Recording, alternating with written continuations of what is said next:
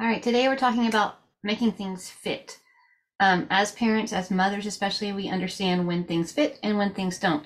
One of the best pieces of advice I got from my mother-in-law, one of them, is follow the peace. So if I was trying to shove too much of the day, too many activities in a day into a day, it didn't fit. Like it physically didn't fit. There were too many ways and too many times to get places and things like that, and it just didn't flow, and it was very frustrating. So if you find yourself frustrated at this point of the curriculum of the school year already, something doesn't fit. So do you need to take things out? Do you need to move things around? Can you still do it, but in a different way? So if you find yourself frustrated, don't stay there. Don't stay stuck.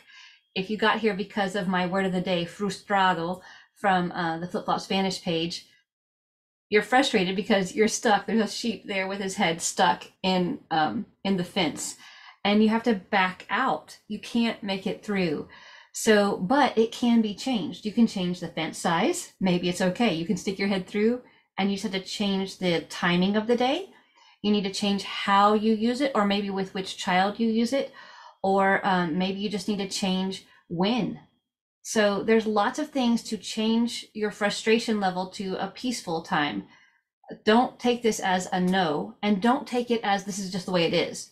It never has to be frustrating. You can always change things. So embrace that freedom of homeschooling. Yeah, you still may have to use that curriculum. You spent the money, you committed, whatever it is, and you say, I can't get out of this. Okay, maybe you can't get out of it, but you can change how you're dealing with it. So if it's a 30-minute lesson and you said, Suzanne, we need the whole 30 minutes to do it. Can you break it up into 15 minutes, eat a banana, and finish the 15 minutes? That just standing up and doing anything else, it might need to be a short something.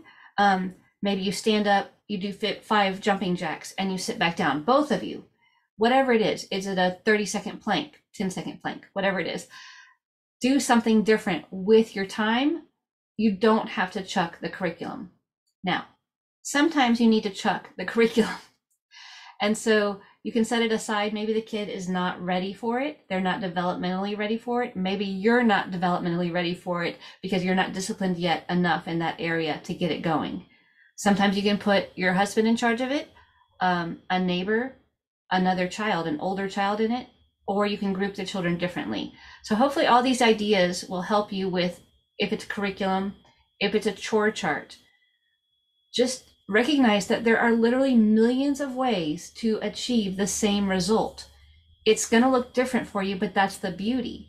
So every year, every week that you're attempting something, either new or old, the children are changing, and so are you. So something that worked last week may not work this week, and that's okay. You just have to figure out, how do I shift this? How do I change my perspective to make this feasible and productive and successful for my family? So let me give an example. Something that I'm not super great at is science. So this year we're going to switch it off. I've pushed through. I've done things like put them in a science co-op where the kids are learning. I just went to the co-op simply for science, for accountability for my children, because I'm not super excited about science. I enjoy people teaching it. I just am not passionate about it. And I want my kids to get a better education than what I can provide, because they're going to mimic my passion. So I outsourced it. Another year I paid for science classes. So at the community homeschool center, I put them in classes that I paid for. Another year we just did it with another family. So it's kind of a co-op, but they just came over or we went to their house. And so that parent was super excited. So I, you kind of get into that performance mode. So you're able to kind of fake it till you make it and be excited about science.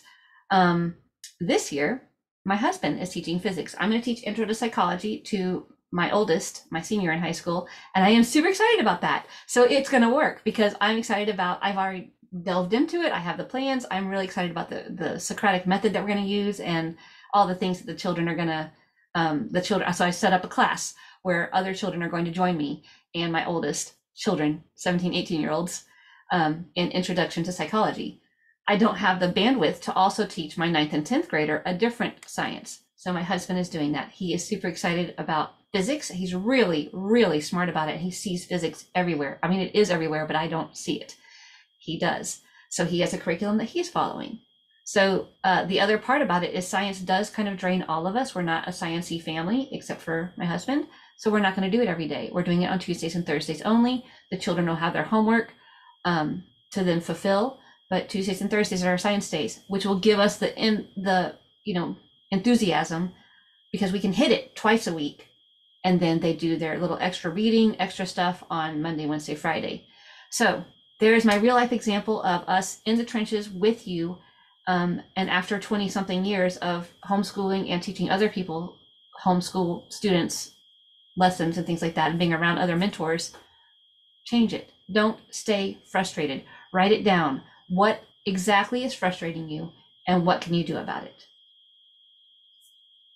Hope that helps.